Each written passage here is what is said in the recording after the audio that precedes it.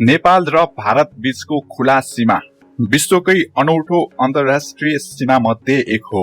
दुई देशका नागरिकहरू बिना भिजा, बिना पासपोर्ट सहज रूपमा एक अर्काको देशमा प्रवेश गर्न सक्छन्, काम गर्न सक्छन्, व्यापार गर्न सक्छन् र बसोबास समेत गर्न सक्छन्। तर प्रश्न उठ्छ, के यो खुला सीमा नेपालको लागि वास्तवमै वरदान हो वा यसले नेपालको अर्थतन्त्र, उद्योग र राष्ट्रिय सुरक्षामा नकारात्मक प्रभाव पारिरहेको छ? कतिपय मानिसहरू भन्छन् खुला सीमाले लाखौं नेपालीलाई रोजगारी दिएको छ। अर्कोतर्फ केही मानिसहरू विश्वास गर्छन् कि यसले नेपाली उद्योगहरूलाई कमजोर बनाइरहेको छ। त्यसो भए वास्तविकता के हो? आजको भिडियोमा हामी नेपाल र भारत बीचको खुला सीमाको इतिहास, आर्थिक फाइदा, सम्भावित नोक्सानी र नेपालको भविष्यमा यसको प्रभाव बारे गहिरो विश्लेषण गर्नेछौँ। नेपाल र भारत बीचको खुला सीमा नेपालको लागि वरदान हो कि अभिशाप हो, यो बुझ्ने कोसिस गर्नेछौँ। सबैभन्दा पहिला इतिहासबाटै सुरु गरौँ। नेपाल र भारत बीच खुला सीमा कहिले र किन सुरु गरियो, यसको बारे केही चर्चा गरौँ। नेपाल र भारत बीचको सम्बन्ध केवल दुई देशको सम्बन्ध मात्रै होइन, यो हजारौं वर्ष पुरानो सांस्कृतिक, धार्मिक र पारिवारिक सम्बन्ध हो। सन् 1950 मा नेपाल र भारत बीच भएको India Nepal treaty of peace and फ्रेन्डशिपले खुला सीमाको वर्तमान आधार तयार गरेको थियो। यस सम्झौता अनुसार दुवै देशका नागरिकहरू स्वतन्त्र आवत जावत, व्यापार, रोजगारी, सम्पत्ति खरिद, केही कानूनी सीमा सहित अनि व्यवसाय सञ्चालन जस्ता सुविधाहरू प्रदान गरियो।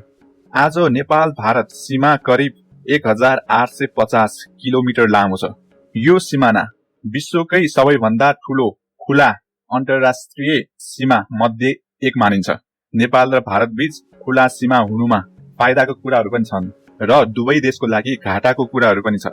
तर वास्तवमा जब दुई छिमेकी देशहरू बीच आर्थिक विकासको ठूलो असमानता हुन्छ, तब धनी र आर्थिक विकास धेरै भएको देशले प्राय आफ्नो छिमेकी रहेको कमजोर अर्थतन्त्र भएको देशसँग आफ्नो सीमा नीति कडा बनाउने गर्छ।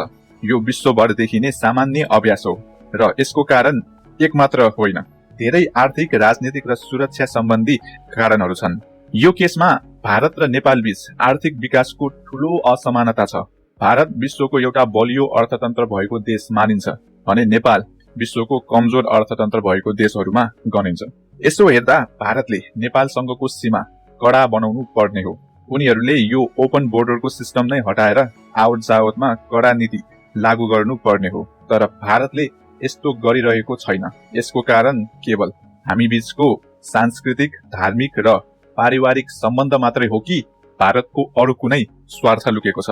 अब सीमा कडा बनाउँदैमा त्यहाँ दुई देश बीच दुश्मनी हुने भन्ने कुरा गलत हो। दुई देश बीचको सांस्कृतिक, धार्मिक र पारिवारिक सम्बन्धमा असर पुग्ने भन्ने कुरा पनि गलत हो। उदाहरणको लागि संयुक्त राज्य अमेरिका र क्यानाडा बीच राम्रो सम्बन्ध भए पनि सीमा नियन्त्रणमा छ। नेपाल र भारतको जस्तो पूर्ण रूपमा खुला सीमा छैन। बलियो सांस्कृतिक र ऐतिहासिक सम्बन्ध रहेको अस्ट्रेलिया र न्युजिल्यान्ड बीच विशेष यात्राको व्यवस्था छ। तर पूर्ण रूपमा नेपाल भारतको जस्तो खुला रूपमा आवत जावतको सुविधा भने छैन। अस्ट्रेलिया र न्युजिल्यान्डले ल्यान्ड बोर्डर शेयर नगरे पनि उनीहरू एक अर्काको सबैभन्दा नजिक रहेको देश हो। अब यस्तो आर्थिक रूपमा सम्पन्न रहेको, एक अर्का बीच सीमा जोडिएको वा निकट रहेको देशहरूले पनि आफ्नो सीमा एक अर्काको लागि पूर्ण रूपमा खुला गरेको हुँदैन। अब पूर्ण रूपमा खुला सीमा भएको उदाहरण हेर्नुपर्दा युरोपियन युनियनका देशहरू, उनीहरूले एक अर्काको नागरिकलाई स्वतन्त्र आवत जावतलाई अनुमति दिन्छन्। तर यसका लागि दशकौंको आर्थिक र राजनीतिक एकीकरण आवश्यक पर्ने गर्छ र यो सिस्टमले युरोपियन युनियनका सबै देशहरूले एक अर्काको आर्थिक अवस्था सुधार गर्न मद्दत पुर्याइरहेको हुन्छ। यसले गर्दा उनीहरूको युनियन मजबुत रहन्छ। तर के नेपाल र भारतले पनि एक अर्काको अर्थतन्त्र मजबुत बनाउन एक अर्काको मद्दत गरिरहेको छ वा कुनै एक देशले एक लौती रूपमा फाइदा उठाइरहेको छ? नेपाल र भारत बीचको खुला सीमाको कारणले नेपालले उठाइरहेको फाइदाहरूको कुरा गर्नुपर्दा खुला सीमाको सबैभन्दा ठूलो फाइदा नेपालको लागि भारतमा रोजगारीको अवसर हो। लाखौं नेपाली नागरिक भारतमा विभिन्न राज्यहरूमा काम गरिरहेको छ। विशेष गरी सुरक्षा सेवा, होटेल तथा पर्यटन, निर्माण क्षेत्र, यातायात, कृषि जस्ता क्षेत्रहरूमा नेपालीहरूको उल्लेखनीय उपस्थिति छ भारतमा। यदि खुला सीमा नहुने हो भने यो रोजगारीको अवसरहरू प्राप्त गर्न अलिक कठिन हुने थियो। तर ती कामहरू प्राय उच्च आमदामीको हुने गर्दैन जसबाट नेपालीहरूको आर्थिक अवस्था सुधार होस्। अर्को नेपालको लागि फाइदा हामीले भन्ने गर्छौं व्यापारको सहजता। नेपालको सबैभन्दा ठूलो व्यापार साझेदार भारत हो। नेपालको अधिकांश आयात र निर्यात भारतसँग सम्बन्धित छ। खुला सीमाका कारण ढुवानी खर्च कम हुन्छ, व्यापार छिटो हुन्छ, बजार पहुँच सहज हुन्छ।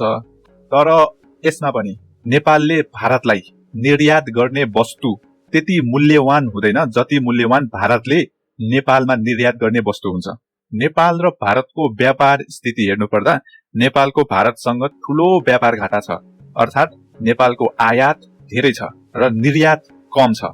हरेक वर्ष नेपालबाट बाहिर भारत जाने रकम भारतबाट नेपाल भित्रिने रकम भन्दा धेरै हुन्छ।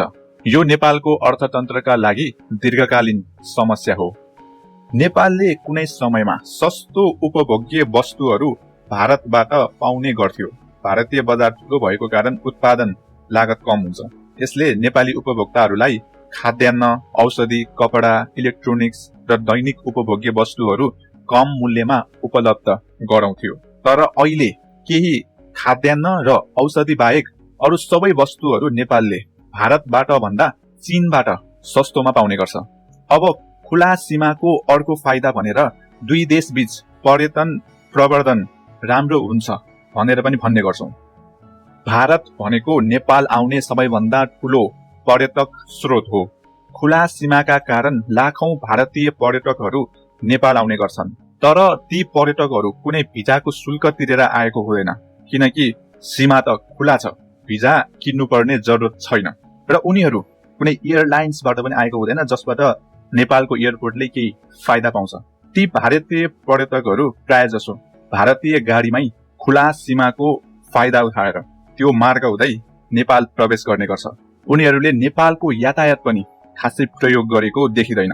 अब नेपाललाई भारतीय पर्यटक आएर फाइदा पुग्ने भनेको भारतीय पर्यटकहरू नेपाल आएर गर्ने खर्चमा निर्भर हुन्छ र भारतीय पर्यटकहरू नेपाल आएर गर्ने खर्च अरू देशको पर्यटकहरूको कम्पेरिजनमा भारतीय पर्यटकहरूको धेरै न्यूनतम औसत खर्च रहने गरेको धेरै तथ्याङ्कहरूले बताउँछ।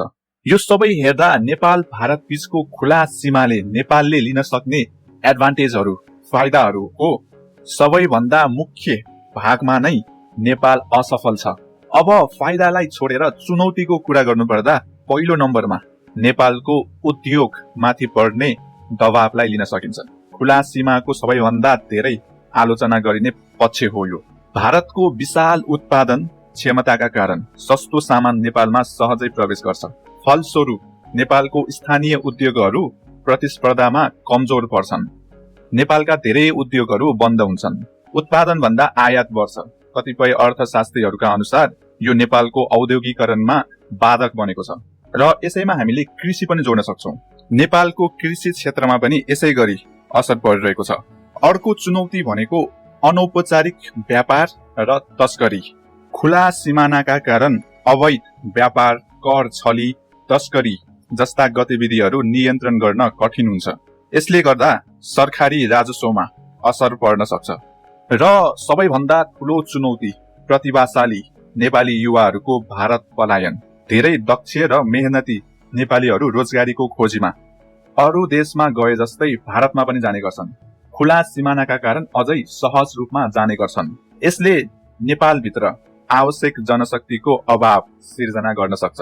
विशेष गरी सीमावर्ती क्षेत्रहरूमा यो समस्या देखिन्छ। यो त भयो नेपालको लागि हुने चुनौतीहरू। अब दुवै देशको लागि चुनौती रहेको विषय भनेको सुरक्षा चिन्ता हो। खुला सीमाले केही सुरक्षा चुनौतीहरू पनि ल्याउने गर्छ। अपराधीहरूको सहज रूपमा आवत जावत, अवैध गतिविधिहरू, सीमा पार अपराध जस्ता कामहरू खुला सीमाको कारण बढ्ने गर्छ। अब एउटा रोचक प्रश्न, यदि भोलि नेपाल र भारत बीचको खुला सीमा बन्द भयो भने के हुन्छ?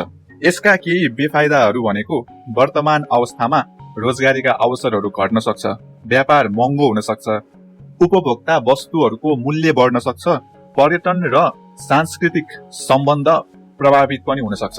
तर यसको सकारात्मक पक्ष पनि छ।